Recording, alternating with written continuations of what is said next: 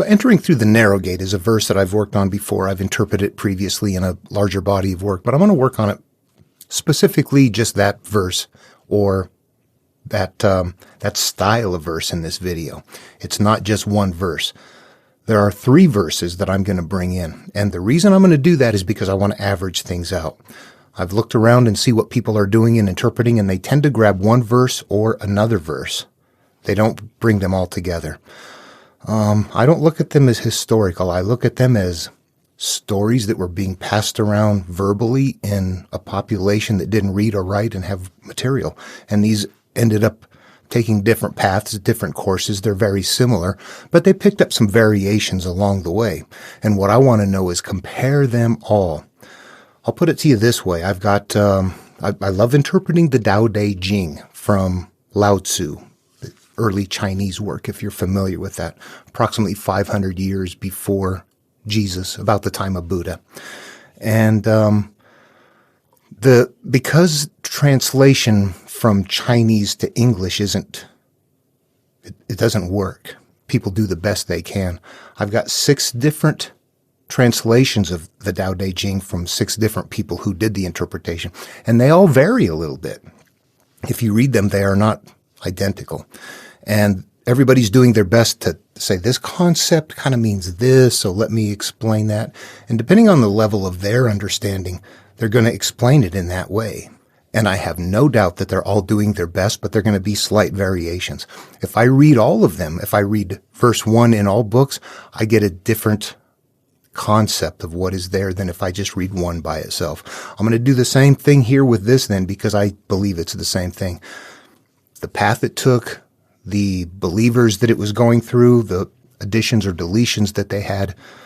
And if we treat it that way, we're going to find something different. There is something interactive in here that is a teaching for me if I'm on a self-healing path. This understanding is going to enable me to self-heal. I'm going to kind of jump right into it. I've got a lot of videos in the past, so I hope you've seen a few. It's going to play out in the psyche. What I'm going to do, though, is I'm going to first just kind of go through this in a very, as if we've already been working on it and we're already kind of a little bit ways along. I'll explain a few things as I move along. But in the end, I'm going to go ahead and show some of the pitfalls of what is happening in interpretation as you look around at other people's interpretations right now and what they're doing, or rather what they're missing, what is being left out. It has to really turn inward completely. And a lot of people do that, but they're not doing it completely. I'll save that to the end of the video, though. That might not be as interesting to everyone. Okay, so first we're going to get into it. I'm going to go from 3 sources, like I said. And let's just start here by reading all of them through. And 2 of them are actually going to sound quite similar, and one will sound a little bit different, but I will talk you through why they're the same. Matthew 7:13 and 14. This comes from Jesus this is his pivotal work, Sermon on the Mount. Enter through the narrow gate, for the gate is wide and the road is easy that leads to destruction, and there are many who take it. For the gate is narrow and the road is hard that leads to life, and there are few who find it. In Luke 13:23 through 24, someone asked him, Lord, will only a few be saved? He said to them, strive to enter through the narrow door, for many, I tell you, will try to enter and will not be able. And that is part of a longer teaching paragraph that is actually it's going to support an understanding, but it's more advanced, so I'm not going to jump on that one in here. But we're going to move on then to the Gospel of Thomas. And from the Marvin Meyer edition, it says, Jesus said, there are many standing at the door, but those who are alone will enter the wedding chamber. Jesus said, many are standing at the door, but it is the solitary who will enter the bridal chamber. And that last one was James M. Robinson translation, his edition of the translation. And you can see there's slight variation there, but they're pretty much the same. Bridal chamber, someplace where a marriage takes place, right? However, in the Matthew and Mark verses, it didn't show up there in bridal chamber. However, bridal chamber is in Matthew and Mark in other areas. I'm going to tell you, these things are all over. They are carrying the same lessons. They're just doing it in a little bit different structure in each one of them. In my recent videos, I'm working on showing how myth and religions, Genesis specifically, is framed on the template of the hero's journey, and how that translates actually into an inner self-healing template that is more specific to us. And in a myth, for example, like in Jason and the Argonauts, as you're moving along, there's a step that is right up front going through the clashing rocks. In that same place in Genesis where the step shows up is where Moses and the Israelites have to part the sea and go through. Both of them are leaving the past behind when that happens. What is happening right here is a variation of that path, that gateway, that passage. This is telling us a narrow door, narrow gate. It's going to become those same elements. When you begin to self-heal, the verses play out in the psyche. It's not about the world anymore. Jesus tells us in a number of places to lay yourself up treasures in heaven where moth and dust not corrupt, and not on earth. When we're interpreting things about our life and about our life condition, we're not interpreting them about our soul and our psyche. When we need to, the wedding chamber, what is that? We've been talking about in Genesis, Adam and Eve, is actually the creation of each of us. It starts out with just our consciousness as we develop, our subconscious, our female characteristic, our soul, as they're using it in an analogous manner. And it needs to be that way. It's a hierarchy. They're using it as a hierarchy. The man in charge of the woman, Adam in charge of Eve, conscious in charge of subconscious. And what happens when we grow up is that they become separated. We become dual. When you're a little kid, you're happy all the time. As you grow up, you become angry. There's things that you harbor that have not been resolved, things that we have not dealt with. We become separated. Our conscious self and our subconscious self can become two different things at various times. When we're happy, we're good. We don't think about that. However, sometimes something happens, we trigger, we act out, something else is emerging at that point. And when that is emerging, do we ask what's going on? No, that's emerging. Something is coming out of us at that point in time that is coming from our soul, from our, they're actually undealt with issues. But they're not saying that. They're saying, well, in these verses, they're not getting that detailed. This is simply telling us that it's hard to do. You have to turn inward.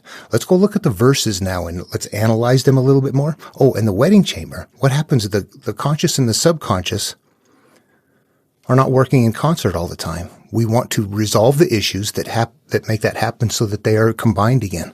There's the wedding chamber. It's up here. It is where the mind, the conscious, and the subconscious are no longer in conflict. We've now had a marriage again. We turn inward. The narrow doorway is in.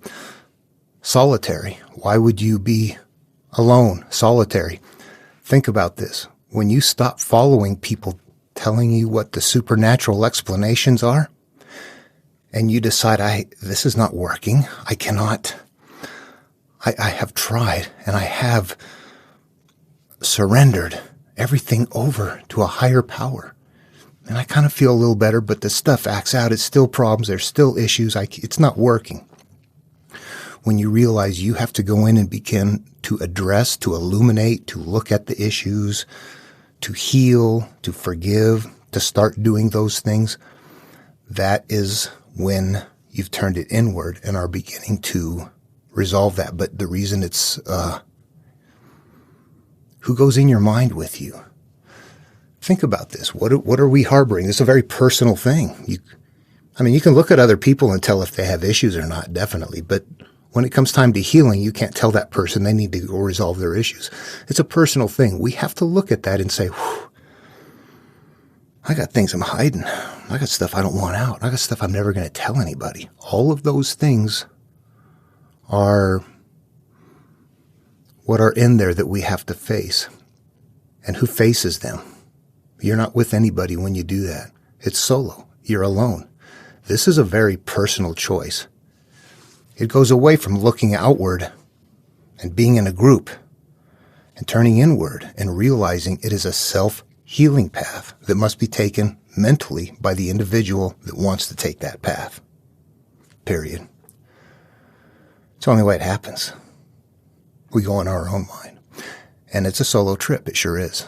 All right, let's pull the verses up again and just talk about them a little bit. It starts off with enter through the narrow gate. So there we go. Enter through a very narrow place. It's turning inward.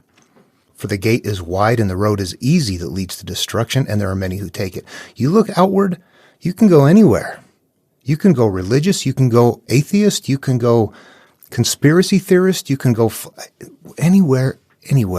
It's a wide place to go. Once you turn inward, there's only what's in there. Your experiences, your perception, that's a very narrow place to be. For the gate is narrow and the road is hard that leads to life, and there are few who find it. Does that make sense? It's a hard road. Think about that. I got raped. I got molested. Or maybe I raped and molested somebody. It's never been dealt with. Maybe there are issues that I'm racked with in life that I now have to go deal with because I haven't dealt with them. And it's eating me up and it's hurting my life. And I realize that I am not emerging above it because I was something at one point in time. And I can't let that go. I want to somehow. That's hard. That's hard. And there's few that are going to do it. Let's move on to the next one then.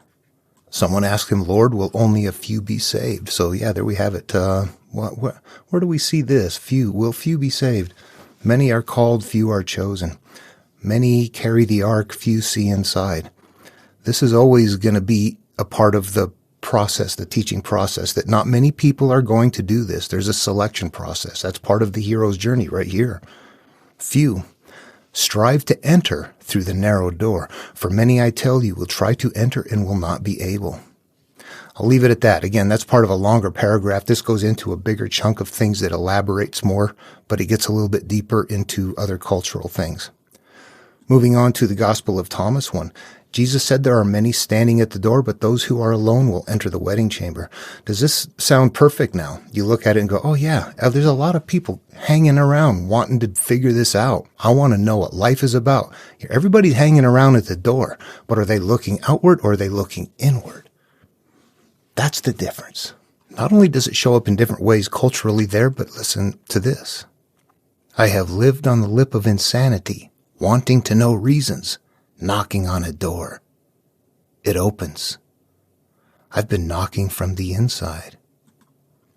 You recognize Rumi there, 13th century Persian poet and Islamic scholar, theologian, Sufi mystic, etc. Apparently all of the Abrahamic traditions used to have a much better handle on the mysteries of life. Life happens because of what's up here. So when you're looking out there, you're seeing a mirror image of what is up here.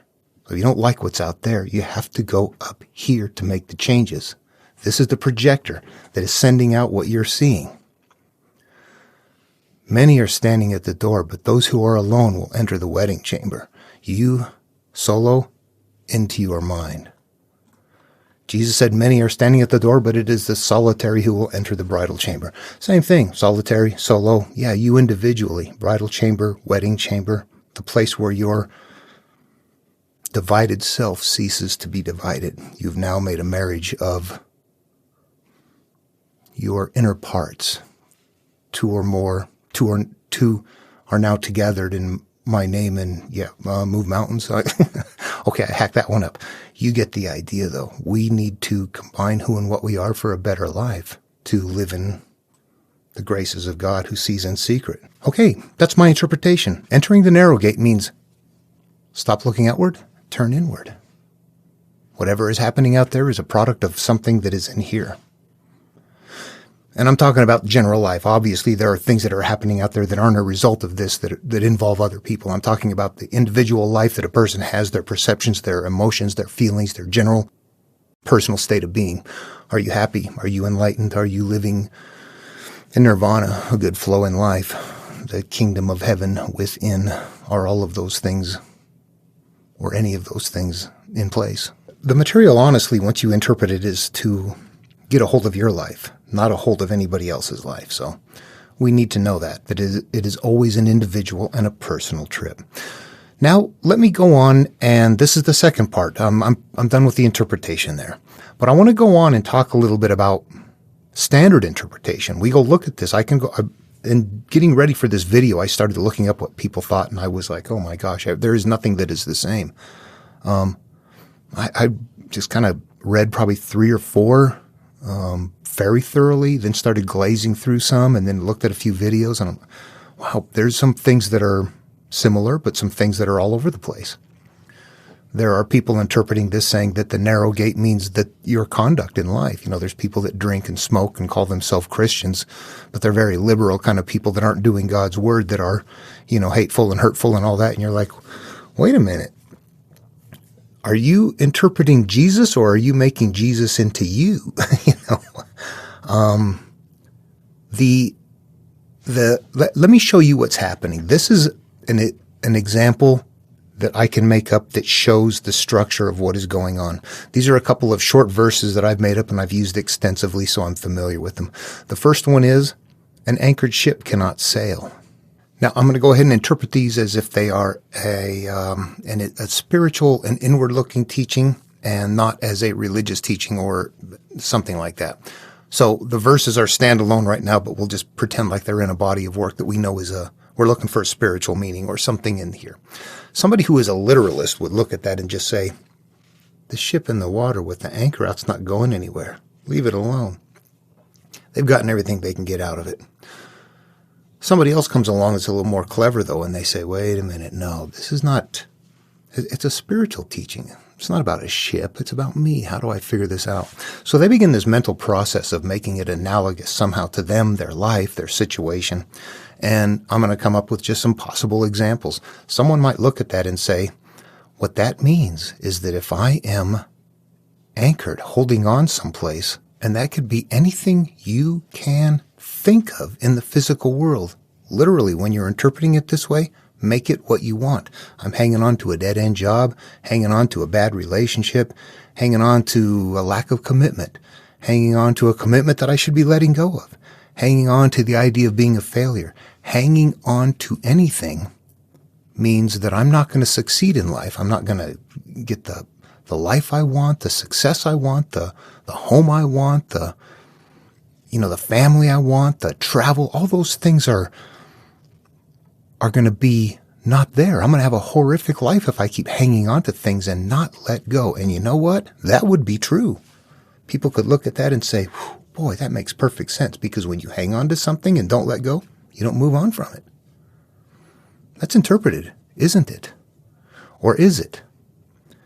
The person got out of it something that's meaningful to them. Someone else comes along and says, oh, wait a minute. See, when I was born, my first awareness was in an orphanage, being beat, being picked on. I had no family, I had no friends. Eventually in life, I find a life. I find something that's meaningful to me. I find comfort. I find friends. I find people who take me in. Hanging on to something is desirable. It means I'm not out floating in the sea, dealing with storms and all of that, that I am secure. I am somewhere where it is safe and I feel good. Is that right? Sure is. It's right for that person. They made it right for themselves. These are okay. They're not in conflict, really. But I want to illustrate that this is where interpretation conflict comes in, and where people make it about what they think or what sounds good to them. There's no real rules being followed. When you turn it into the psyche, you're stuck following rules. You don't get to wander all over the place. Hanging on to something now means that in the psyche, whatever you're holding on to is going to go with you. You're going to continue to cycle this. Good, bad, whatever. It's a lesson that is teaching you that from within you, the things that emerge from you are because you're hanging on to something. Now, they may be good things. They may be horrific things. It's a lesson that's letting us know that what we hang on to up here continues to cycle out in our life. And once we transition it in like that, no one can come up with any variation of that. It plays out in the psyche, and it's not supernatural. Watch this. Same wise man, or similar wise man. Different country, goes to a different place. They don't know what ships and anchors are. They've got to teach them the same lesson, so they come up with a new analogous term in which to use. You cycle around that which you cling to. So what do you have? You have interpretation conflict that has gone away, and you have found the actual nested lesson that whoever the teacher was put in there. But they put it in such a way that it's going to go in the population, and it's going to go wonderfully so. And it's going to go all over the place, and it's going to work in the minds of the people because it is a mental process, a very elaborate mental process. That is why we see conflict in interpretation and so many variations of Christian denominations.